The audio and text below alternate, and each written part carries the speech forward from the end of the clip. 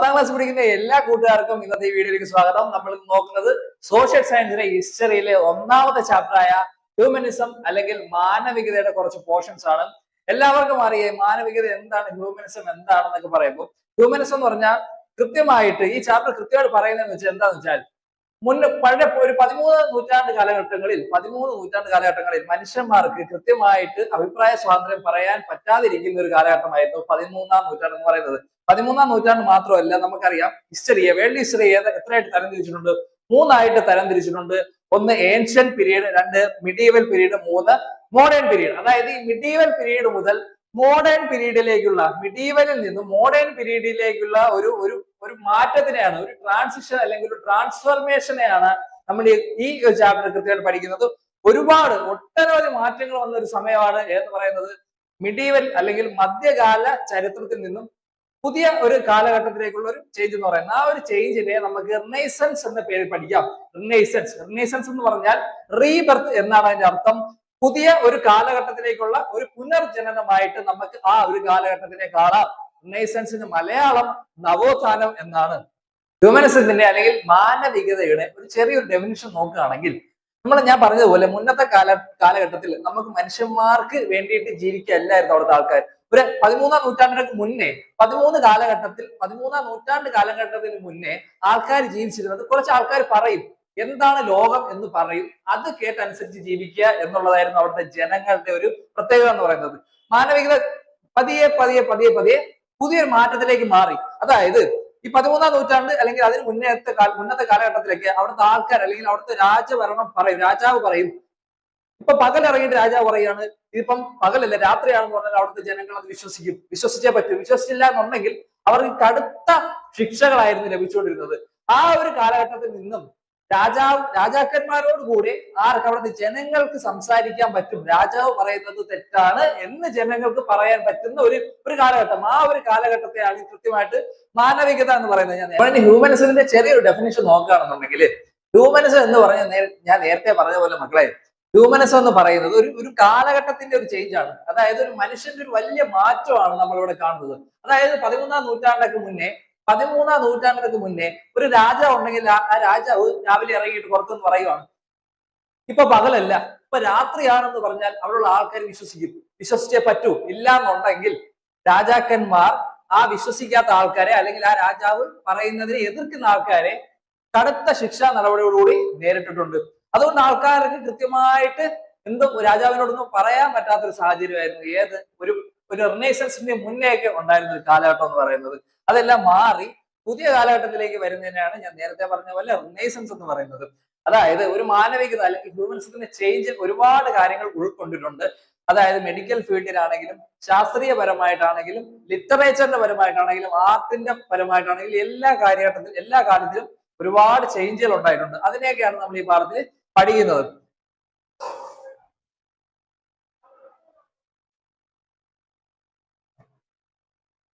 അതായില്ലടാ മക്കളെ, ഇനി നമ്മൾ നോക്കുന്നത് ഏത് നൂറ്റാണ്ടിലാണ് കൃത്യമായിട്ടും റിനൈസൻസ് സ്റ്റാർട്ട് ചെയ്തത് എന്നാണ് നമ്മൾ പറയുന്നത്. കൃത്യമായിട്ട് പറഞ്ഞാൽ 14ാം നൂറ്റാണ്ടിൽ ഇറ്റലിയിലാണ് ശരിക്കും പറഞ്ഞാൽ റിനൈസൻസ് തുടങ്ങുന്നത്. ഏതാണ്ട് 15 അല്ലെങ്കിൽ 16 നൂറ്റാണ്ടായപ്പോൾ യൂറോപ്പ് ഫുള്ള് എന്ത് ചെയ്തു, വ്യാപിച്ചു തുടങ്ങി എന്ന് പറയുന്നത് റിനൈസൻസ് എന്ന് പറയുന്നത്. ഈ റിനൈസൻസ് വരുമ്പോൾ ഒരുപാട് മാറ്റങ്ങൾ ഉണ്ടായി. ഏതൊക്കെയാണ് മാറ്റങ്ങൾ എന്ന് വെച്ചാൽ, ഫോർ ഇൻഡിവിജ്വൽ, അതായത് വ്യക്തി കേന്ദ്രീകൃതമായിട്ട് ഓരോ ആൾക്കാരുടെ കാര്യങ്ങൾ ഇറങ്ങി നിന്ന് പഠിക്കാൻ തുടങ്ങി. ഓരോ ആൾക്കാരുടെ കാര്യങ്ങൾക്ക് അല്ലെങ്കിൽ ഓരോ ആൾക്കാരുടെ സ്വാതന്ത്ര്യത്തിനെല്ലാം ഒരു താങ്ങ് ലഭിക്കാൻ തുടങ്ങി. ഞാനിപ്പോ പറയുന്ന കാര്യങ്ങൾ സത്യമാണെന്ന് എല്ലാവരും വിശ്വസിച്ച് തുടങ്ങാൻ തുടങ്ങി. ഞാൻ പറയുന്ന കാര്യങ്ങളിൽ വ്യക്തത ഉള്ള കാര്യമാണെങ്കിൽ, ഞാൻ പറയുന്നത് സത്യമുള്ള കാര്യമാണെങ്കിൽ പുറത്തുള്ള ആൾക്കാർ എന്ത് ചെയ്യാൻ തുടങ്ങി, അത് വിശ്വസിക്കാൻ തുടങ്ങി. അങ്ങനെയുള്ള ഒരുപാട് മാറ്റങ്ങൾ വന്നിരുന്നു. അതുപോലെ തന്നെ വിദ്യാഭ്യാസത്തിന് ഒരുപാട് പ്രാധാന്യം കൊടുത്തു. കാരണം വിദ്യാഭ്യാസം ഉണ്ടെങ്കിൽ മാത്രമേ അവിടുത്തെ ആൾക്കാർക്ക് കൃത്യമായിട്ട് കാര്യങ്ങൾ ചെയ്യാൻ കഴിയുള്ളൂ. കാര്യം എന്താണ്, വിദ്യാഭ്യാസം ഇല്ലെങ്കിൽ നമുക്ക് കൃത്യമായിട്ട് കാര്യം പറയാൻ പറ്റൂ.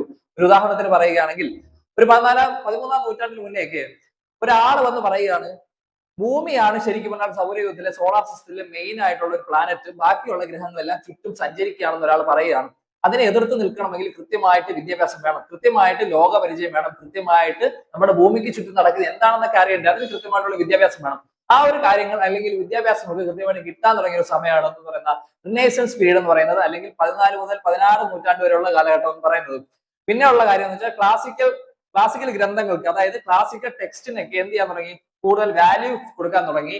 പ്രാചീന ഗ്രീക്ക് പ്രാചീന ഗ്രീക്ക്, റോമൻ തത്വചിന്ത, സാഹിത്യം, ചരിത്രം തുടങ്ങിയ കാര്യങ്ങളൊക്കെ പഠിക്കാൻ അവിടുത്തെ ആൾക്കാർ കൂടുതൽ ശ്രദ്ധ കൊടുത്തു. കാര്യം അങ്ങനെയുള്ള കൂടുതൽ കാര്യങ്ങൾ പഠിക്കുമ്പോൾ അവർക്ക് കൂടുതൽ കാര്യങ്ങൾ അറിയാൻ സാധിക്കും, കൂടുതൽ കാര്യങ്ങൾ അടുത്തടുത്ത് സംസാരിക്കാൻ സാധിക്കും. അപ്പൊ ഒരുപാട് കൾച്ചറൽ എക്സ്ചേഞ്ചുകൾ അവിടെ നടക്കും.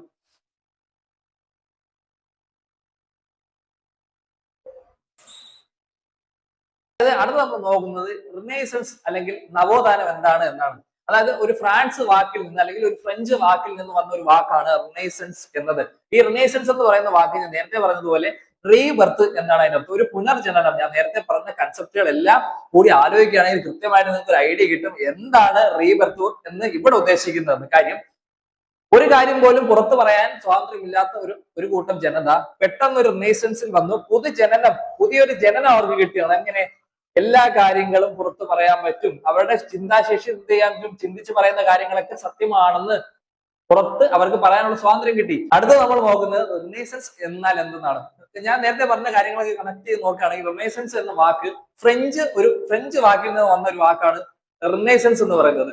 റിനൈസൻസിന്റെ അർത്ഥം റീബർത്ത് എന്നുള്ളതാണ്. അതായത് ഈ റീബർത്തും ഞാൻ നേരത്തെ പറഞ്ഞ കൺസെപ്റ്റുകൾ എല്ലാം അവിടെ കൂട്ടി വായിച്ച് നോക്കുകയാണെങ്കിൽ പുതിയ ഒരു ജനനമാണ് അവിടുത്തെ ജനതകൾക്ക് ഉണ്ടായിരുന്നത്. അതായത് 13-ാം നൂറ്റാണ്ടിൽ നിന്നും 14-ാം നൂറ്റാണ്ടായി, 15-ാം നൂറ്റാണ്ടായി, 16-ാം നൂറ്റാണ്ടായി ഒരുപാട് മാറ്റങ്ങൾ ഉണ്ടായി. അതിനെയാണ് ശരിക്കും പറഞ്ഞാൽ റീബർത്ത് എന്ന് പറയുന്നത്. റിനൈസൻസ് എന്ന് പറയുന്നത് മലയാളത്തിലാണെങ്കിൽ നമുക്ക് നവോത്ഥാനം എന്നും പറയാം.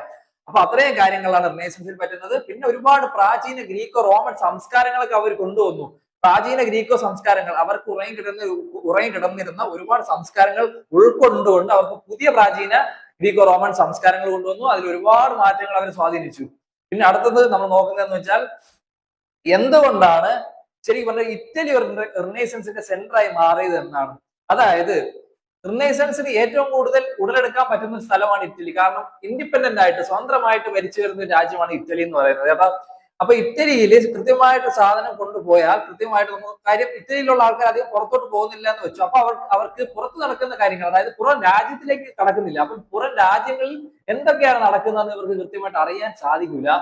അപ്പം ഇവർ സ്വന്തം രാജ്യത്ത് ഒരുപാട് വികസനങ്ങളൊക്കെ ഉണ്ടവർക്ക്, എന്നിരുന്നാലും പുറത്തേക്ക് പോകുന്നില്ല. അവിടുന്ന് പുറത്തെ കൾച്ചർ എന്താണെന്ന് അറിയാത്ത പക്ഷം ഇവർ വിചാരിച്ചിരുന്ന കാര്യങ്ങൾ പുറത്തും സെയിമാണ് നടക്കുന്നത്, അകത്ത് സെയിമാണ് നടക്കുന്നത് എന്നൊരു വിചാരത്തിലാണ് ആരിരുന്നത്, ഇറ്റലിയിലെ ജനത. അതുകൊണ്ടാണ് റിനൈസൻസ് എന്ന് പറയുന്ന സാധനം എത്രയും പെട്ടെന്ന് നമുക്ക് അവിടെ തന്നെ ചെയ്യാൻ കഴിഞ്ഞത്. റിനൈസൻസ് എന്ന് പറയുന്നത് ഇറ്റലിയിൽ വരാനുള്ള കാര്യം കാരണം പ്രത്യേകിച്ച് മാറ്റങ്ങളൊന്നും അവർക്ക് വരുന്നില്ല. കൃത്യമായിട്ട് ഒരു കാര്യം പറയുന്നു, അതല്ലാതെ രാജാവ് പറയുന്നതാണ് കറക്റ്റ് എന്ന് പറയുന്നു. ആ ഒരു സാധനം മാറാനുള്ള ആ ഒരു മാറ്റത്തിനാണ് ഞാൻ നേരത്തെ പറഞ്ഞ പോലെ റിനൈസൻസ് എന്ന് പറയുന്നത്.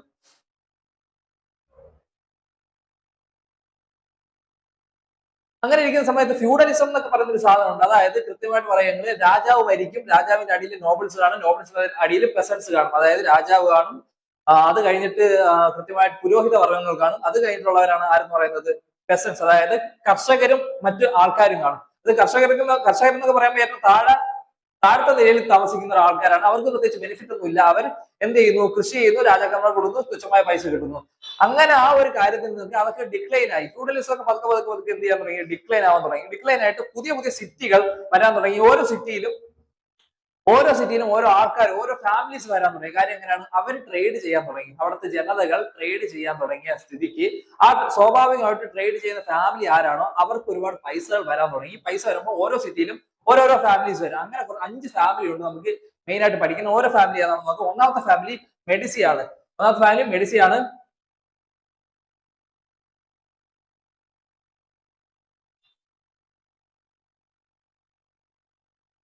ഫാമിലി ശരിക്കും പറഞ്ഞാൽ മെഡിസിയാണ്. മെഡിസി എന്ന് പറയുന്നത് മെഡിസിയാണ്. മെഡിസിന്റെ സിറ്റി എന്ന് വെച്ചാൽ ഫ്ലോറൻസ് ആണ്. രണ്ടാമത്തെ ഫാമിലി സോഴ്സ, അതിന്റെ സിറ്റി എന്ന് പറയുന്നത് മിലാനാണ്. മൂന്നാമത്തെ ഫർണീസി, അതിന്റെ സിറ്റി ഫാർമ. നാലാമത്തെ ഒർസിനി, അതിന്റെ നേപ്പിൾസ് ആണ്.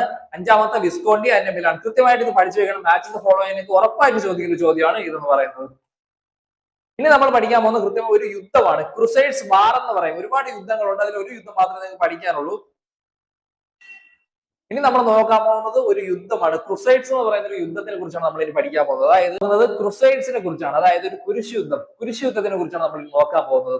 അതായത് ജെറുസലേം എന്ന് പറയുന്ന ഒരു പുണ്യപുരാതനമായ ഒരു സ്ഥലമുണ്ട്. ഈ സ്ഥലത്തിന് വേണ്ടി ഈസ്റ്റിൽ നിന്നും വെസ്റ്റിൽ നിന്നുള്ള ആൾക്കാർ ചെറുതായിട്ട് ഒരു അടി എന്ന് പറയാൻ പറ്റൂല, അതിനു വേണ്ടി ഒരു ചെറിയൊരു പരിപാടിക്ക് അവർ മുതിർന്നു.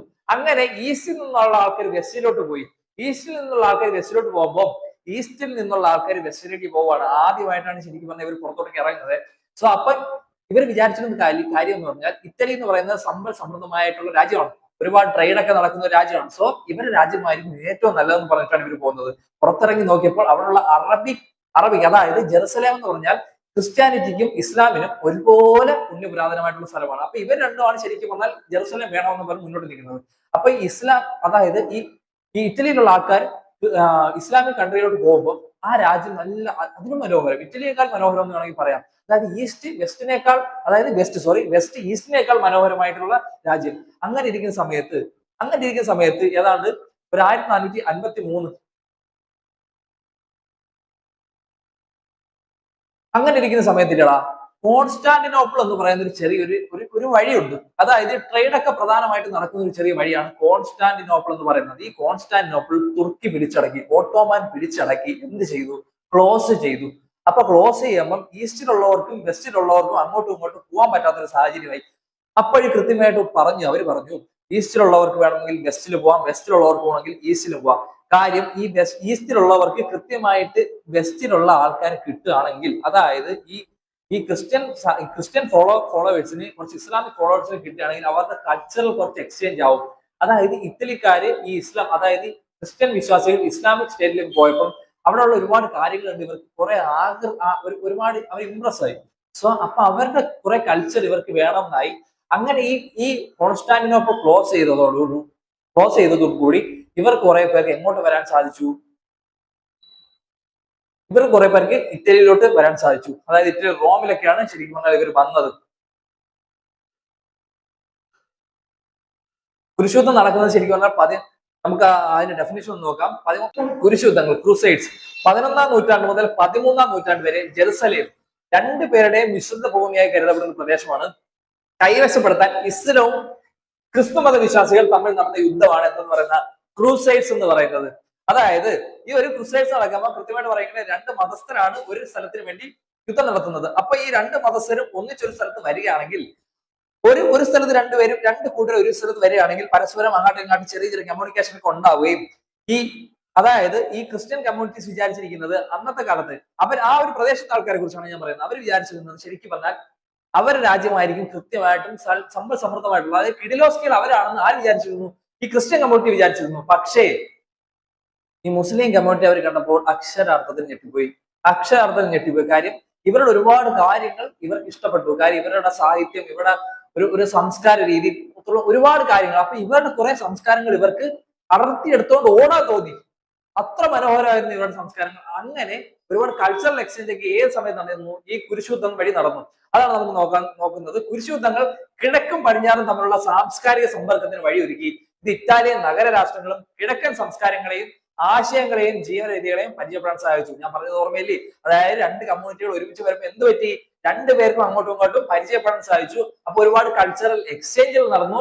അവിടെ ഒരുപാട് അവരുടെ സാഹിത്യം ഇവർ വായിച്ചു, ഇവരുടെ സാഹിത്യം അവർ വായിച്ചു. ഇപ്പൊ ഞാനാണ് ക്രിസ്ത്യൻ കമ്മ്യൂണിറ്റി എങ്കിൽ ഇപ്പുറത്തേക്കുന്ന ഒരാൾ എന്താണ് ഞാൻ ക്രിസ്ത്യൻ കമ്മ്യൂണിറ്റി ആണെങ്കിൽ ഇവിടെ ഇസ്ലാമിക് കമ്മ്യൂണിറ്റി ആണെന്ന് വെച്ചോളൂ. അപ്പൊ നമ്മൾ രണ്ടുപേരും സംസാരിക്കുകയാണെങ്കിൽ എന്ത് ചെയ്യാൻ പറ്റും? നമ്മൾ രണ്ടുപേരുടെ ആശയവിനിമയം എന്ത് ചെയ്യാൻ പറ്റും? അങ്ങോട്ടും ഇങ്ങോട്ടും നമുക്ക് കൃത്യമായിട്ട് നടത്താൻ സാധിക്കും. അതുവഴി അവരുടെ കാര്യങ്ങൾ എനിക്കും പഠിക്കാൻ പറ്റും, എന്റെ കാര്യങ്ങൾ അവർക്കും പഠിക്കാൻ പറ്റും. ആ ഒരു കൾച്ചറൽ എക്സ്ചേഞ്ച് ആണ് ശരിക്കും പറഞ്ഞാൽ അവിടെ നടക്കുന്നത്. അടുത്തത് എക്കണോമിക് ഇമ്പാക്ട് ആണ് നമ്മൾ പഠിക്കുന്നത്. ഇസ്ലാമിക സാമ്രാജ്യവുമായ ബൈസാന്റൈൻ കിഴക്കൻ റോം, അതായത് ഈസ്റ്റേൺ റോമാണ് സാമ്രാജ്യവുമായുള്ള വ്യാപാര ബന്ധങ്ങൾ വികസിച്ചതോടെ വൻതോതിൽ സമ്പത്ത് ഇന്ത്യയിലേക്ക് ഒഴുകിയെത്തി. മെഡിറ്ററേനിയൻ മേഖലയിലെ വ്യാപാരത്തിൽ ഇറ്റലി വ്യാപാരികൾ ഏതാണ്ട് പൂർണ്ണ ആധിപത്യം സ്ഥിരീകരിച്ചു. അതായത് ഇസ്ലാമിക സാമ്രാജ്യവുമായി ബൈസന്റൈൻ വഴി റോം, അതായത് ഇറ്റലിയിലുള്ള ആൾക്കാർ കൂടുതൽ കാര്യങ്ങൾ ചെയ്തപ്പോൾ എന്ത് ചെയ്യാൻ തുടങ്ങി? ഒരുപാട് പൈസ വരാൻ തുടങ്ങി. ഏത് വഴി? ബൈസന്റൈൻ എന്ന് പറയുന്ന സ്ഥലം വഴി. സൂക്ഷിച്ച് കേട്ട് വെച്ചോളൂ, ബൈസന്റൈൻ എന്ന് പറയുന്ന വാക്ക്, ഈ വാക്ക് ഇമ്പോർട്ടന്റ് ആയിട്ടുള്ള വാക്കാണ്. അടുത്ത നമ്മൾ പറയുന്നത് ക്രൂസൈഡ്സ് നടന്നില്ലടാ. ക്രൂസൈഡ്സ് നടക്കുമ്പോൾ അവിടെ ഒരുപാട് എക്കണോമിക് ഇമ്പാക്റ്റുകൾ നടക്കും. ശരിക്കും പറഞ്ഞ ഒരു യുദ്ധം നടക്കുമ്പോൾ ആ രാജ്യത്ത് കുറച്ച് ചെറിയ പൈസക്ക് പ്രശ്നം വരും, ചിലപ്പോൾ പൈസ കൂടും, അങ്ങനെയൊക്കെ ഒരുപാട് പ്രശ്നങ്ങൾ വരും. അപ്പൊ ഇവിടെ എന്താണ് നടന്നത് നമുക്ക് നോക്കാം. ഇസ്ലാമിക സാമ്രാജ്യവുമായി ബൈസന്റൈൻ, അതായത് ഒരു സ്ഥലമാണ് ഇവിടെ ഈസ്റ്റേൺ റോമിലുള്ള ഒരു സ്ഥലം. ഈ ബൈസന്റൈൻ എന്നൊക്കെ പറയുന്ന ഒരു കടലിലേക്ക് തൊട്ടടുത്ത് വരുന്ന സ്ഥലമാണ്. അതായത് മെഡിറ്ററേനിയൻ സീയിലേക്ക് അടുത്താണ്. അപ്പൊ ഇവര് കമ്പനി പുതുക്കിയല്ലോ ഈ ആരുമായിട്ട്? ഇസ്ലാമുമായിട്ട് ആര് കമ്പനി പുതുക്കി? നമ്മുടെ ക്രിസ്ത്യൻ കമ്മ്യൂണിറ്റി കമ്പനി ഒതുക്കി. അപ്പം ഇസ്ലാമിക് സ്റ്റേറ്റിൽ നിന്ന് ഒരുപാട് സാധനങ്ങൾ വരാൻ തുടങ്ങി. എങ്ങോട്ട് വരാൻ തുടങ്ങി? നമ്മുടെ ബൈസന്റൈൻ വഴി റോമിലോട്ട് വരാൻ തുടങ്ങി, അല്ലെങ്കിൽ ഇറ്റലിയിലേക്ക് വരാൻ തുടങ്ങി. അപ്പൊ എന്ത് ചെയ്യാൻ തുടങ്ങി? സ്വാഭാവികമായിട്ട് ഇറ്റലി കുറച്ചുകൂടെ വളരാൻ തുടങ്ങി. അപ്പൊ എക്കണോമിക് ഇമ്പാക്ട് എന്തായിരുന്നു? അവരെ കൂടുതൽ ഉയരത്തിലേക്ക് എത്തിച്ചു. അടുത്ത നമ്മൾ നോക്കുന്നേടാ ഇറ്റാലിയൻ നഗരങ്ങൾ സമ്പത്തും പ്രാധാന്യവും കൂടുതൽ കൈവരിച്ച എങ്ങനെയാണ്, അതായത് എക്കണോമിക്കും കൂടുതൽ പ്രോമിനൻസും പ്രസിദ്ധമായത് എങ്ങനെയാണെന്നാണ് നമ്മൾ നോക്കുന്നത്. തന്ത്രപ്രധാനമായ ചില ഘടകങ്ങൾ കാരണം മറ്റ് യൂറോപ്യൻ പ്രദേശങ്ങളെ അപേക്ഷിച്ച് ഇറ്റാലിയൻ നഗരാഷ്ട്രങ്ങൾ വലിയ രീതിയിൽ സമ്പന്നവും സ്വാധീനവുമായി മാറി. രണ്ടാമത്തെ പോയിന്റ് എന്ന് വെച്ചാൽ മെഡിറ്ററേനിയൻ കടലിന്റെ ഭാഗത്തായി മധ്യഭാഗത്തായി സ്ഥിതി ചെയ്തിരുന്ന ഇറ്റലി യൂറോപ്പിനും ഏഷ്യയ്ക്കും ഇടയിലുള്ള ഒരു സ്വാഭാവിക പാലമായി പ്രവർത്തിച്ചു. അതായത് ഏഷ്യയ്ക്കും യൂറോപ്പിനും ഇടയിൽ ഇറ്റലി എന്ന് പറയുന്ന ഒരു സാധനം ഒരു പാലമായിട്ട് പ്രവർത്തിച്ചു. അങ്ങനെ പാലത്തിൽ കൂടി ഇങ്ങനെ പോയിക്കൊണ്ടിരിക്കുമ്പോൾ അവിടെ ഒരുപാട് എന്ത് ചെയ്യും? ട്രേഡുകൾ വളരാൻ തുടങ്ങി. ഇറ്റലി കൂടുതൽ ഫേമസ് ആവാൻ തുടങ്ങി. മനസ്സിലായില്ലേ? അപ്പൊ ഇങ്ങനെ ഒരുപാട് ആൾക്കാർ പോകുമ്പോൾ ഇങ്ങനെ ദൂരെ ഇങ്ങനെ സാധനം കണ്ടാൽ അതെന്തൊക്കെ നമ്മൾ നോക്കൂലേ? സംഭവം അത് തന്നെയാണ്. അങ്ങനെ നോക്കി എന്ത് ചെയ്യാൻ തുടങ്ങി? കൂടുതൽ ഫേമസ് ആവാൻ തുടങ്ങി.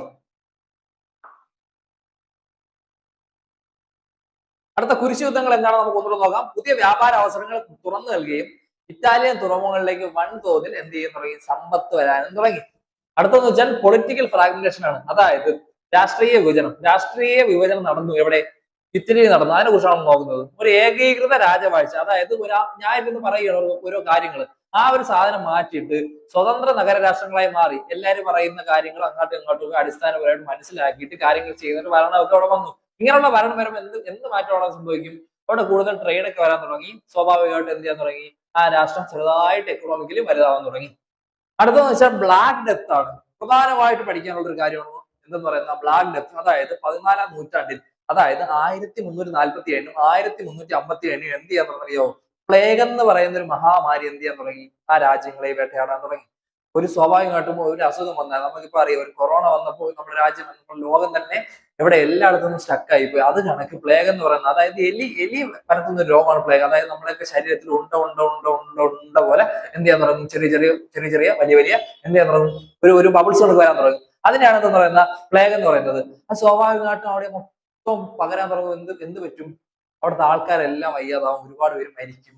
അത് കാരണം അന്നത്തെ കാലഘട്ടം അങ്ങനെയാണ്. കൂടുതൽ ചികിത്സാ രീതിയോ കൂടുതൽ ഫെസിലിറ്റി ഒന്നും ഇല്ല. അപ്പം കൂടുതൽ ആൾക്കാർ മരിക്കാൻ തുടങ്ങി. കാരണം കൃഷി ചെയ്യാൻ തൊഴിലാളികൾ ഇല്ലാതായി മാറി, ഫുഡ് കിട്ടാതെയായി, അങ്ങനെ ഒരുപാട് കാര്യങ്ങളുണ്ടായി. അങ്ങനെ സ്വാഭാവികമായിട്ടും ഞാൻ നേരത്തെ പറഞ്ഞൊരു സാധനമുണ്ട്, ഫ്യൂഡലിസം എന്ത് ചെയ്യാൻ തുടങ്ങി? തകരാൻ തുടങ്ങി. അങ്ങനെ ഫ്യൂഡലിസം തകരാൻ തുടങ്ങി. സ്വാഭാവികമായിട്ടും കൃഷി ചെയ്യാനൊക്കെ ആൾക്കാർ കുറെ എന്ത് ചെയ്യാൻ തുടങ്ങും? ഉള്ള കൃഷിക്കാർ അധികം ശമ്പളം വേണമെന്ന് പറയും. അങ്ങനെ ശമ്പളം കൂടുതൽ തുടങ്ങും, ശമ്പളം കൂടുതൽ വാങ്ങാൻ തുടങ്ങും. അത് മറിച്ച് അത് പല ആൾക്കാരും സഹിക്കാൻ പറ്റിയില്ല. ഇപ്പൊ എനിക്ക് കുറച്ച് ഒരു 10 സെന്റ് സ്ഥലം ഉണ്ടെങ്കിൽ ഞാൻ ചെയ്യാൻ തുടങ്ങി, ഞാൻ പണിക്കാരെ നിർത്താതെ ഞാൻ തന്നെ ഇറങ്ങി ചെയ്യാൻ തുടങ്ങി. അപ്പൊ അവർക്ക് പൈസ കൊടുക്കണ്ട, ഞാൻ എന്റെ സ്ഥാനത്ത് കുറച്ച് ഇൻവെസ്റ്റ്മെന്റ് ചെയ്താൽ മതി, എനിക്ക് കൂടുതൽ പൈസ കിട്ടാം. അങ്ങനെ എന്ത് ചെയ്യാൻ തുടങ്ങി? മോഡേൺ ഫാമിലീസ് എന്ത് ചെയ്യാൻ തുടങ്ങി? അതായത് മിഡിൽ ഫാമിലീസ് എന്ത് ചെയ്യാൻ തുടങ്ങി? അവർ കുറച്ച് അപ്പർ ക്ലാസ് ആയിട്ട് മാറാൻ തുടങ്ങി. അതൊക്കെ എന്തായിരുന്നു? ഈ പ്ലേഗ് വന്നതിന് ശേഷം, അല്ലെങ്കിൽ ബ്ലാക്ക് ഡെത്ത് വന്നതിന് ശേഷമുള്ള കുറച്ച് മാറ്റങ്ങളാണ്. സിവിൽ പ്രൈഡും പാട്രോണേജും ആണ്. അതായത് പൗരബോധവും പ്രോത്സാഹനവും. ഇപ്പൊ നോർമലി ഞാൻ നേരത്തെ പറഞ്ഞ പോലെ എന്റെ ഫാമിലി, എന്റെ സിറ്റി ഒക്കെ വളർന്നു വരുന്ന ഒരു അവസ്ഥയാണ്. സ്വാഭാവികമായിട്ട് അപ്പുറത്ത് വേറെ സിറ്റി ഉണ്ട്, അപ്പുറത്ത് വേറൊരു ഫാമിലി വളർന്നു വരുന്നുണ്ട്. സ്വാഭാവികമായിട്ട് നമുക്ക് രണ്ടുപേർക്കും ഒരു കോമ്പറ്റീഷൻ വരും. ആ കോമ്പറ്റീഷന്റെ ഫലമായിട്ട് ഞാൻ കൂടുതൽ ആർട്ട് ലിറ്ററേച്ചറൊക്കെ വളർത്താൻ തുടങ്ങും. ഞാൻ കൂടുതൽ കെട്ടിടങ്ങളൊക്കെ എന്ത് ചെയ്യാൻ തുടങ്ങും? പണിയാൻ തുടങ്ങും. മനസ്സിലായില്ലേ? അതുകളൊക്കെ എന്ത് ചെയ്യാൻ തുടങ്ങും? അവരും ഒരുപാട് കാര്യങ്ങൾ ചെയ്യാൻ തുടങ്ങും. അങ്ങനെയുള്ള ഒരുപാട് സ്മാരകങ്ങൾ പോലുള്ള സാധനങ്ങൾ ഉണ്ടാവാൻ തുടങ്ങി. അന്നത്തെ കാലഘട്ടത്തിലെ ചിത്രങ്ങളൊക്കെ ഭയങ്കര ഫേമസ് ആണ്. അതിനെക്കുറിച്ച് നമ്മൾ ഇനി പഠിക്കും. അപ്പൊ നോക്കാം. അടുത്തെന്ന് വെച്ചാൽ നിയമത്തിന്റെയും സഹായത്തിന്റെയും പുനർജീവനം. പണ്ഡിതന്മാർ പ്രാചീന റോമൻ നിയമവും ലാറ്റിൻ സാഹിത്യവും പുനഃപരിശോധിക്കുകയും ഈ ആശയങ്ങളെ വാണിജ്യം, ഭരണനിർവഹണം, നഗരഭരണം എന്നിവയ്ക്ക് അനുയോജ്യമായ രീതിയിൽ മാറ്റിയെടുക്കുകയും ചെയ്തു. കേട്ടോ, അതായത് പഴയ ആൾക്കാർ പറഞ്ഞ ഒരുപാട് കാര്യങ്ങൾ ഉണ്ടാവുമല്ലോ. പഴയ ഗ്രന്ഥങ്ങളിലൊക്കെ എഴുതിയിരിക്കുന്നത് എങ്ങനെ വാണിജ്യം ചെയ്യണം, എങ്ങനെ ട്രേഡ് ചെയ്യണം, എങ്ങനെ കാര്യങ്ങളൊക്കെ ചെയ്യണം, മുതലായ കാര്യങ്ങൾ അതെന്ത് ചെയ്യാൻ തുടങ്ങി? ഇപ്പോഴത്തെ ആ ഒരു കാലഘട്ടത്തിൽ ആൾക്കാർ എന്ത് ചെയ്തു? അഡോപ്റ്റ് ചെയ്തു. അപ്പൊ കൂടുതൽ കാര്യങ്ങൾ, കൂടുതൽ ഫെസിലിറ്റീസ് ഒരുപാട് ഉയർന്നു വന്നുകൊണ്ടിരുന്നു. അടുത്ത നമ്മൾ പറയുന്നത് Constantinople, decline of Constantinople. Constantinople എന്ന് പറയുന്ന ഒരു സാധനം, ഒരു സ്ഥലം എങ്ങനെയാണ് തകരാൻ തുടങ്ങിയത്? കോൺസ്റ്റാന്റിനോപ്പിൾ എന്ന് വെച്ചാൽ ശരിക്കും പറഞ്ഞാൽ ആ ഒരു കാലഘട്ടത്തിൽ ഇല്ലടാ. അതായത് ഞാൻ ഉദാഹരണം പറയുകയാണെങ്കിൽ നമ്മുടെ വാസ്കോഡ ഗാമയൊക്കെ വരാനിരുന്നത് കോൺസ്റ്റാന്റിനോപ്പിൾ വഴിയാണ്. വാസ്കോഡ ഗാമ കേരളത്തിൽ, നമ്മുടെ ഇന്ത്യ ഈ പുതിയ രാജ്യമൊക്കെ തപ്പി ഇറങ്ങിയ സമയത്ത് ശരിക്കും പറഞ്ഞാൽ കോൺസ്റ്റാന്റിനോപ്പിൾ വഴിയാണ് എന്ത് ചെയ്യാൻ തുടങ്ങിയത്? പുള്ളിക്കാരൻ വരാൻ തുടങ്ങിയത്. പക്ഷെ എന്ത് ചെയ്യാൻ തുടങ്ങി? ആ ഒരു സമയത്ത് എന്ത് ചെയ്തു? അതിന് മുന്നേ 1453 എന്ത് ചെയ്തു? ഒട്ടോമാൻ എംപയേഴ്സ് എന്ത് ചെയ്തു? കോൺസ്റ്റാന്റിനോപ്പിൾ പിടിച്ചടക്കി എന്ത് ചെയ്തു? അടച്ച വഴിക്ക് എന്ത് ചെയ്തു?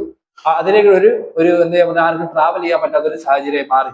അതുകൊണ്ടാണ് എന്ത് ചെയ്തത്, ആ ഒരു ഒറ്റ കാരണം കൊണ്ടാണ് എന്ത് ചെയ്തത്, വാസ്കോ ഡ ഗാമ ഈ കടൽ മാർഗം എന്ത് ചെയ്യാൻ തുടങ്ങി, ഒരുപാട് ട്രാവൽ ചെയ്യാൻ തുടങ്ങി. അങ്ങനെയാണ് ആശയം എങ്ങനെ നേരെ നമ്മുടെ കോഴിക്കോട് കാപ്പാട് വന്നു ചേരുന്നത്. അങ്ങനെയാണ് കോൺസ്റ്റാന്റിനോപ്പിൾ എന്ത് ചെയ്യുന്നത്, ഡിക്ലൈൻ ഉണ്ടാവുന്നത്, കോൺസ്റ്റാന്റിനോപ്പിൾ തകരുന്നത്. ഇപ്പോഴത്തെ ഇസ്താംബുൾ ആണ് കോൺസ്റ്റാന്റിനോപ്പിൾ എന്ന് പറയുന്നത്. ഇസ്താംബുൾ തുർക്കിയൊക്കെയാണ് പറയുന്നത്. പിന്നെ ഒരു ഇമ്പോർട്ടന്റ് ആയിട്ടുള്ള കാര്യമാണ് സ്കോളാസ്റ്റിസിസം എന്ന് പറയുന്നത്. സ്കോളാസ്റ്റിസിസം ഞാൻ നേരത്തെ പറഞ്ഞ ഒരു കുറച്ച് കാര്യം തന്നെ നമ്മൾ പറയുന്നത് സ്കോളാസ്റ്റിസിസം എന്നതാണ്. സ്കോളാസ്റ്റിസിസം ഞാൻ നേരത്തെ പറഞ്ഞൊരു സാധനം തന്നെയാണ്. എന്താന്ന് വെച്ചാൽ, അതായത് നേരത്തെ പറഞ്ഞ ഒരു കാര്യമാണല്ലോ, കൃത്യമായിട്ട് ഞാനൊരു ക്രിസ്ത്യൻ കമ്മ്യൂണിറ്റി അല്ലെങ്കിൽ ഞാനൊരു ഒരു കമ്മ്യൂണിറ്റിയിലുള്ള ആളാണെന്ന് വെച്ചോ. അന്നത്തെ കാലത്ത് അവിടെ ഉണ്ടായിരുന്ന ഒരു കമ്മ്യൂണിറ്റി, ആ ഒരു കമ്മ്യൂണിറ്റിയിലുള്ള ആൾക്കാർ പറയും ഇന്ന കാര്യങ്ങളാണ് കറക്റ്റ്. അതായത് എന്റെ പടം വരയ്ക്കണമെങ്കിൽ എന്റെ ചുറ്റും എന്തുവേണം, മാലാഖമാർ വേണം. ആ ഒരു കാര്യങ്ങളൊക്കെ തകർന്നിട്ട് എന്തൊരു പടമായിട്ട് തന്നെ വരയ്ക്കുക എന്നൊരു ചിന്തയിലോട്ട് മാറി. അതായത് എല്ലാത്തിനും ഒരു ഡിവൈൻ ടച്ച് വേണമെന്ന് ആ ഒരു കാലഘട്ടത്തിലുള്ള ആൾക്കാർ, അതായത് 13ാം നൂറ്റാണ്ടിന് മുന്നിലുള്ള ആൾക്കാർ എന്ത് ചെയ്തു, പറഞ്ഞിരുന്നു. ആ ഒരു കാര്യങ്ങളൊക്കെ വേണ്ട, അതായത് ആ ഒരു കാര്യം വേണ്ട, അതൊക്കെ മാറ്റി. അതിനാണ് എന്ത് പറയുന്നത്, സ്കോളാസ്റ്റിസിസം എന്ന് പറയുന്നത്. പിന്നെ ഒരുപാട് കാര്യങ്ങളുണ്ട്, ഒരുപാട് കൾച്ചറൽ ഷിഫ്റ്റ് നടന്നി, ഒരുപാട് അറബ് സ്കോളേഴ്സ് ഉണ്ടല്ലോ, അറബിക് സ്കോളേഴ്സ്, അവർ ഒരുപാട് കാര്യങ്ങൾ എന്ത് ചെയ്തു തുടങ്ങി, അവർക്ക് വേണ്ടി കോൺട്രിബ്യൂട്ട് ചെയ്യാനും തുടങ്ങി. അടുത്തതെന്ന് വെച്ചാൽ impact of humanism in world history. ലോക ചരിത്രത്തിൽ മാനവികതയുടെ സ്വാധീനം എന്താണെന്നാണ് നമ്മൾ നോക്കുന്നത്. മാനവികതയുടെ ഉദയം നമ്മൾ നേരത്തെ പറഞ്ഞ പോലെ യൂറോപ്യൻ വീക്ഷണത്തെ ഈശ്വര കേന്ദ്രീകൃതമായ, അതായത് തിയോസെൻട്രിക്കിൽ നിന്നും എന്ത് മാറ്റി, ആന്ത്രോപോസെൻട്രിക്കിലേക്ക് മാറ്റി. അതായത് ദൈവവിശ്വാസത്തിൽ നിന്നും മാനുഷിക വികാരങ്ങളെ കൂടെ ഉൾക്കൊള്ളിച്ചുകൊണ്ട് മുന്നോട്ട് പോകാനുള്ള ഒരു എന്ത് ചെയ്യാൻ തുടങ്ങി. അതായത് ഈശ്വര വിശ്വാസം മാത്രമല്ല, കുറച്ച് പരിഗണന ആർക്ക് കൊടുക്കാം, മനുഷ്യന്മാർക്ക് കൊടുക്കാം. ഈശ്വരന്മാരാണ് ഏറ്റവും കൂടുതൽ, ഏറ്റവും എന്താ പറയുന്ന ഫുൾ പവർ ആർക്കാണ്, ഈശ്വരന്മാർക്കാണെന്ന് വിശ്വസിക്കുന്നത് കാലഘട്ടത്തിൽ നിന്നും. അത് മാത്രമല്ല, കുറച്ചൊക്കെ പരിഗണന ആർക്ക് കൊടുക്കാം, മനുഷ്യന് കൂടെ കൊടുക്കാം എന്നൊരു ചിന്തയിലേക്ക് മാറിയ ഒരു കാലഘട്ടത്തിനാണ് മാനവീയത എന്ന് പറയുന്നത്. മതപരമായ രക്ഷയ്ക്കും പരലോക ജീവിതത്തിനും പ്രാധാന്യം നൽകിയിരുന്നതിൽ നിന്ന് മാറി മനുഷ്യന്റെ കഴിവുകൾ, യുക്തി, ഭൗതിക അനുഭവങ്ങൾ എന്നിവയ്ക്ക് പ്രാധാന്യം നൽകാൻ എന്ത് തുടങ്ങി, അവിടെ നാട്ടുകാർ തുടങ്ങി. പിന്നെ ഉള്ളതെന്ന് വെച്ചാൽ ആർട്ട് ആൻഡ് ആർക്കിടെക്ചർ ആണ്. അതായത് യഥാർത്ഥ ബോധ്യം, റിയലിസം, സ്വാഭാവികത, നാച്ചുറലിസം, മനുഷ്യ ശരീരഘടനയെ കുറിച്ചുള്ള പഠനം, ഹ്യൂമൻ അനാട്ടമി സ്റ്റഡി, ക്ലാസിക്കൽ രൂപങ്ങൾ എന്നിവ എന്ത് ചെയ്യാൻ തുടങ്ങി, പ്രോത്സാഹിപ്പിച്ചു. അതായത് ദൈവത്തിൽ നിന്ന് മാറിയിട്ട് അവിടുത്തെ കൾച്ചർ, അവിടുത്തെ ആർക്കിടെക്ചർ ഒക്കെ കൂടുതൽ ഭംഗിയുള്ളതാക്കി മാറ്റാൻ സാധിച്ചു. അവരെന്ത് ചെയ്യാൻ തുടങ്ങി, മനുഷ്യന്റെ ശരീരമൊക്കെ കൃത്യമായിട്ട് പഠിക്കാൻ തുടങ്ങി. എന്നാൽ മാത്രമേ ഒരു കൃത്യമായിട്ട് നമ്മുടെ മനുഷ്യന്റെ ശരീരം അനലൈസ് ചെയ്താൽ മാത്രമേ എന്ത് ചെയ്യാൻ പറ്റൂ, കൃത്യമായ ഒരു രോഗം കണ്ടുപിടിക്കാനും കൃത്യമായിട്ട് എന്ത് ചെയ്യാൻ പറ്റൂ, അതിനൊരു ചികിത്സയൊക്കെ നൽകാൻ സാധിക്കുകയുള്ളൂ. അടുത്തതെന്ന് വെച്ചാൽ ലിറ്ററേച്ചർ ആൻഡ് എഡ്യൂക്കേഷൻ ആണ്. അന്ധമായ മതവിശ്വാസങ്ങൾക്ക് പകരം മതേതര വിശ്വാസത്തെയും ക്ലാസിക്കൽ ഭാഷകളെയും പ്രോത്സാഹിപ്പിക്കാൻ തുടങ്ങി. അതായത് കൂടുതൽ എന്ത് ചെയ്യാൻ തുടങ്ങി, മതവിശ്വാസത്തിന് അല്ലെങ്കിൽ അന്ധമായ വിശ്വാസത്തെ മാറ്റിയിട്ട് കുറച്ച് വിദ്യാഭ്യാസം സാധാരണയും കൊടുക്കാം, കുറച്ച് മതവിശ്വാസമൊക്കെ കൊടുക്കാം. അങ്ങനെ വിദ്യാഭ്യാസം കൊടുക്കാൻ ആര് തീരുമാനിച്ചു, റിനൈസൻസ്, മാനവികത തീരുമാനിച്ചു. അടുത്തതെന്ന് വെച്ചാൽ സയന്റിഫിക് റെവല്യൂഷൻ ആണ്. പരമ്പരാഗത വിശ്വാസങ്ങൾക്ക് പകരം നിരീക്ഷണം, യുക്തി, പരീക്ഷണാത്മക രീതികൾ എന്നിവയെ ആശ്രയിക്കാൻ തുടങ്ങി. അങ്ങനെ വളർന്നു വന്ന സയന്റിസ്റ്റാണ് ഗലീലിയോ ഗലീലി. അതൊക്കെ ഒരു 16ാം നൂറ്റാണ്ടാണ് അദ്ദേഹം ടെലിസ്കോപ്പ് കണ്ടുപിടിക്കുകയും മറ്റു ഗ്രഹങ്ങൾ, അതായത് ജൂപ്പിറ്ററൊക്കെ കണ്ടുപിടിച്ച ആ ഒരു സമയത്താണ്. അതെല്ലാം കറക്റ്റ് ആണെന്നൊക്കെ പറഞ്ഞിട്ട് ഐസക് ന്യൂട്ടന്റെ തലയിൽ ആപ്പിൾ വീഴുകയും ന്യൂട്ടന്റെ ഒരുപാട് ഗുരുത്വാകർഷണ ബലങ്ങളൊക്കെ എന്ത് ചെയ്യാൻ തുടങ്ങി, അദ്ദേഹം എക്സ്പ്ലെയിൻ ഒക്കെ ചെയ്യാൻ തുടങ്ങി ആ ഒരു സമയത്താണ്. പിന്നുള്ളത് മത റിലീജിയസ് റീഫോം ആണ്. മതഗ്രന്ഥങ്ങളെ വ്യക്തിഗതമായി വ്യാഖ്യാനിക്കുന്നതിനെ പ്രോത്സാഹിപ്പിക്കുകയും ചെയ്തു. ഇത് മതപരിഷ്കരണത്തിന് നേരിട്ടൊരു കാരണമാവുകയും ചെയ്തു. അടുത്തതെന്ന് വെച്ചാൽ അരിസ്റ്റോട്ടലിന്റെ പാരമ്പര്യമാണ്. അതായത് പ്രാചീന ഗ്രീക്ക് തത്വചിന്തകനായ അരിസ്റ്റോട്ടലിന്റെ കൃതികൾ 12-13 നൂറ്റാണ്ടുകളിൽ അറബ് പണ്ഡിതന്മാർ എന്ത് ചെയ്തു, ലാറ്റിൻ ഭാഷയിലേക്ക് തർജ്ജമ ചെയ്ത് ഇത് എന്ത് ചെയ്യാൻ തുടങ്ങി, ഈ ലാറ്റിൻ ഭാഷ അറിയാവുന്നവർ വായിക്കുകയും അത് അവിടെ എന്ത് ചെയ്യാൻ തുടങ്ങി, കൂടുതൽ ഇൻഫ്ലുവൻസ് ഇവിടെ ചെയ്യാൻ തുടങ്ങി. അടുത്തതെന്ന് വെച്ചാൽ മധ്യകലയിൽ നിന്നും നവോത്ഥാന കലയിലേക്കുള്ള മാറ്റമാണ്. അതായത് കൃത്യമായിട്ട് സൂക്ഷിച്ച് കേട്ടോണം, മധ്യകലയിൽ നിന്നും ആധുനിക കലയിലേക്കുള്ള ചെറിയൊരു മാറ്റം. അതായത് മിഡീവൽ ആർട്ട്, ആത്മീയ വിഷയങ്ങൾ, മാലാഖമാർ, സ്വർഗീയ ലോകങ്ങൾ എന്നിവയാണ് പ്രധാനമായും എന്ത് ചെയ്യുന്നത്, മധ്യകാലത്തെ ആർട്ട് കൂടുതൽ ഫോക്കസ് ചെയ്യുന്നത്. അത് മാറിയിട്ട് നവോത്ഥാന കലയിലേക്ക് മാറി. മാനുഷിക വികാരങ്ങൾ, ശരീരഘടന, യാഥാർത്ഥ്യബോധം, സ്വാഭാവിക നിറങ്ങൾ എന്നിവയ്ക്ക് എന്ത് ചെയ്യാൻ തുടങ്ങി, കൂടുതൽ പ്രാധാന്യം നൽകാൻ തുടങ്ങി. അടുത്തെന്ന് വെച്ചാൽ മധ്യകാലത്തിൽ വരുന്നത് പരന്നതും ഇരുമാനങ്ങളും ഉള്ളതുമായ കാഴ്ചപ്പാടിന്റെ ആഴം ഉണ്ടായിരുന്നില്ല. അതായത് ഇപ്പൊ ചില ആൾക്കാർ പറയും ഭൂമി പരന്നാണെന്ന് പറഞ്ഞാൽ അത് ബാക്കിയുള്ളവർ എന്ത് ചെയ്യാൻ തുടങ്ങും, വിശ്വസിക്കാൻ തുടങ്ങും. അത് മാറി ലീനിയർ പെർസ്പെക്റ്റീവ്, വെളിച്ചം, ആഴം, യാഥാർത്ഥ്യബോധമുള്ള പ്രകൃതി വിഷയങ്ങൾ എന്നിവ എന്ത് ചെയ്യാൻ തുടങ്ങി, ഉപയോഗിച്ചു തുടങ്ങി. സ്വാഭാവികമായ കൃത്യതയേക്കാൾ ദൈവശക്തിയാണ് പ്രതീകാത്മകമായി ചിത്രീകരിച്ചത്. അതായത് സ്വാഭാവികമായിട്ടുള്ള കാര്യങ്ങൾക്ക് പകരം ഇവർ എന്ത് ചെയ്തു, മിഡിയയിലുള്ള ആൾക്കാരെ കുറച്ച് ദൈവത്തിന്റെ പടമൊക്കെ എന്ത് ചെയ്യാൻ തുടങ്ങി, എന്റെ കൂടെ കുറച്ച് ദൈവത്തിന്റെ പടം, മാലാഖയുടെ പടമൊക്കെ വരച്ച് എന്ത് എന്ത് എന്ത് നല്ലതായിരിക്കും, അതൊക്കെ മാറ്റിയിട്ട് എന്റെ പടം വരുമ്പോൾ ഞാൻ നേരത്തെ പറഞ്ഞ പോലെ എന്റെ പടം മാത്രം വരയ്ക്കാം, ആ ഒരു ചിന്തയിലേക്ക് മാറി. സിമ്പിൾ ആയിട്ട് പറയുകയാണെങ്കിൽ ഇനി നമ്മൾ നോക്കുന്നത് പ്രശസ്ത നവോത്ഥാന കലാകാരന്മാരും അവരുടെ ചെറിയ ചെറിയ വലിയ വലിയ സൃഷ്ടികളുമാണ്. അതായത് ജിയോട്ടോ എന്ന് പറയുന്ന ഒരാളുണ്ടായിരുന്നു. യാഥാർത്ഥ്യ ബോധത്തിലേക്കുള്ള റിയലിസത്തിലേക്കുള്ള മാറ്റത്തിന് തുടക്കമിട്ടു അദ്ദേഹം. അദ്ദേഹത്തിന്റെ ആദ്യകാല കൃതികളിൽ ഗ്രീക്കോ റോമൻ കലാതത്വങ്ങളുടെ സ്വാധീനം കാണാം. അടുത്തതെന്ന് വെച്ചാൽ മസാച്ചിയോ എന്ന് പറയുന്ന ഒരു ആളാണ്. ജീവൻ തുടിക്കുന്ന ആഴത്തിലുള്ള വൈകാരിക തലങ്ങളിലുള്ള ജീവസുറ്റ മനുഷ്യരൂപങ്ങൾ ചിത്രീകരിച്ചു വലിയ സ്വാധീനം സൃഷ്ടിച്ചു. അതായത് സ്കൾപ്ചറൊക്കെ എന്ത് ചെയ്യാൻ തുടങ്ങി, ചിത്രീകരിക്കാൻ തുടങ്ങി. മനുഷ്യൻ അതേപോലെ എങ്ങനെയാണോ നിൽക്കുന്നത് അതുപോലുള്ള പ്രതിമകൾ എന്ത് ചെയ്യാൻ തുടങ്ങി, അദ്ദേഹം പണിയെടുക്കാൻ തുടങ്ങി. അദ്ദേഹം സ്വയമായിട്ട് പണിയാൻ തുടങ്ങി. അടുത്തത് ലിയനാർഡോ ഡാവിഞ്ചിയാണ്. ലിയനാർഡോ ഡാവിഞ്ചിയുടെ പ്രധാനമായിട്ടുള്ള നമുക്ക് എല്ലാവർക്കും അറിയാം മൊണാലിസ ഉണ്ട്, ലാസ്റ്റ് സപ്പർ ഉണ്ട്, തുടങ്ങിയതൊക്കെ ആരുടെയാണ്, ലിയനാർഡോ ഡാവിഞ്ചിയുടെയാണ്. അടുത്തത് മൈക്കലേഞ്ചലോയാണ്. ശക്തവും ശരീരഘടനാപരമായി കൃത്യതയുള്ളതുമായ മനുഷ്യരൂപങ്ങൾ വരച്ചതിലൂടെ പ്രശസ്തനായിരുന്നു ആര്, മൈക്കലേഞ്ചലോ. മൈക്കലേഞ്ചലോയുടെ പ്രധാനപ്പെട്ട ബുക്ക് ഒരു വരയാണ് എന്ന് പറയുന്നത് ലാസ്റ്റ് ജഡ്ജ്മെന്റ് എന്ന് പറയുന്നത്, അവസാനത്തെ വിധിന്യായം. പിന്നെ ഉള്ളത് റാഫേലാണ്.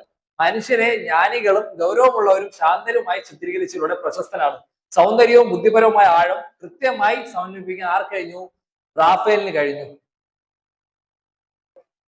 അപ്പൊ നമുക്ക് ഇന്ന് ഇവിടെ കൊണ്ട് നിർത്താം. നമുക്ക് ബാക്കിയുള്ള ഭാഗങ്ങൾ വരും ദിവസങ്ങളിൽ തന്നെ ലോഡ് ചെയ്യുന്നതാണ്. അപ്പൊ എല്ലാവരും ക്ലാസ് കാണുക, നിങ്ങളുടെ അഭിപ്രായങ്ങൾ രേഖപ്പെടുത്തുക. Thank you.